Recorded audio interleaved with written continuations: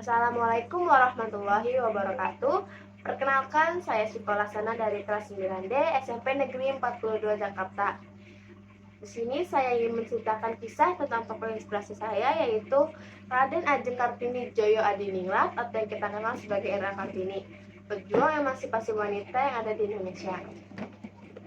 Kartini lahir pada tanggal 21 April 1879 di Jepara, Jawa Tengah, dan wafat pada usia sangat muda, yaitu 25 tahun, dan pada tahun 1904. Meskipun hidupnya singkat, namun Kartini berhasil meninggalkan warisan yang kuat bagi perjuangan perempuan di Indonesia. Kartini adalah putri dari seorang bupati di Jepara, yaitu Raden Mas Rosoningrat, dan Raden Ayu Ngasirah, putri dari seorang bupati Rembang. Sejak kecil, Kartini mendapatkan pendidikan yang formal seperti anak laki-laki. Bahkan, ia juga bisa berbahasa Belanda. Hal ini cukup luar biasa pada masa itu, mengingat sebagian besar perempuan di Indonesia pada masa itu tidak diperbolehkan untuk belajar formal dan hanya mendapatkan pendidikan dasar dari keluarga. Sebagai seorang bangsawan, ia termasuk dalam golongan pribumi yang saat itu dianggap berhak dan layak mendapatkan pendidikan. Ia bersekolah di Eurospecia Legere School atau ILS, di mana ia belajar bahasa Belanda. Namun, ia harus menghentikan jenjang pendidikannya setelah menginjak usia 12 tahun karena harus dipingit atau karena diharuskan berhenti. Meskipun demikian, hal itu tak lantas membuatnya berdiam diri saja.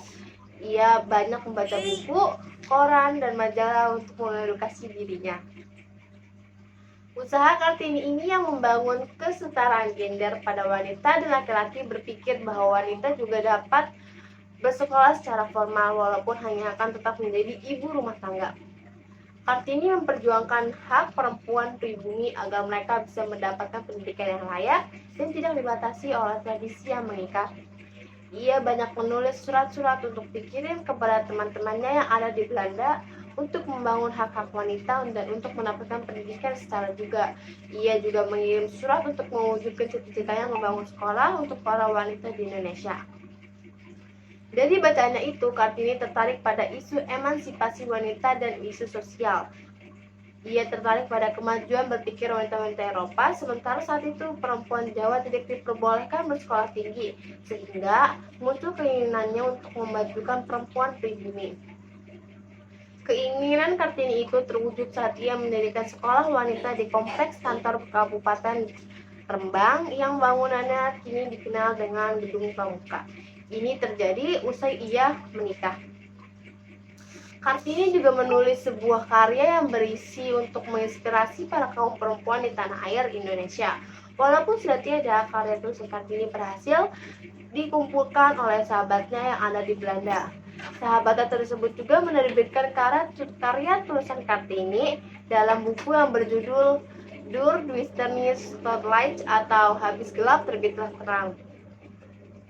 Tokoh Raden Ajeng Kartini ini sangat menginspirasi semua perempuan di Indonesia, karena jika bukan karena beliau, pasti sekarang perempuan masih dipandang rendah dan tidak pantas mendapatkan pendidikan yang formal.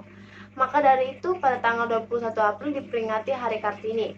Hal ini karena kita harus menghargai perjuangan beliau yang membuat perempuan di Indonesia mendapatkan kesetaraan. Jadi kita para perempuan harus selalu memperingati Hari Kartini ini untuk berterima kasih kepada beliau karena sudah membangun status kehidupan para perempuan di Indonesia. Sekian kisah tentang tokoh inspirasi saya, yaitu Raden Ajeng Djoyo Adiningrat. Wassalamualaikum warahmatullahi wabarakatuh.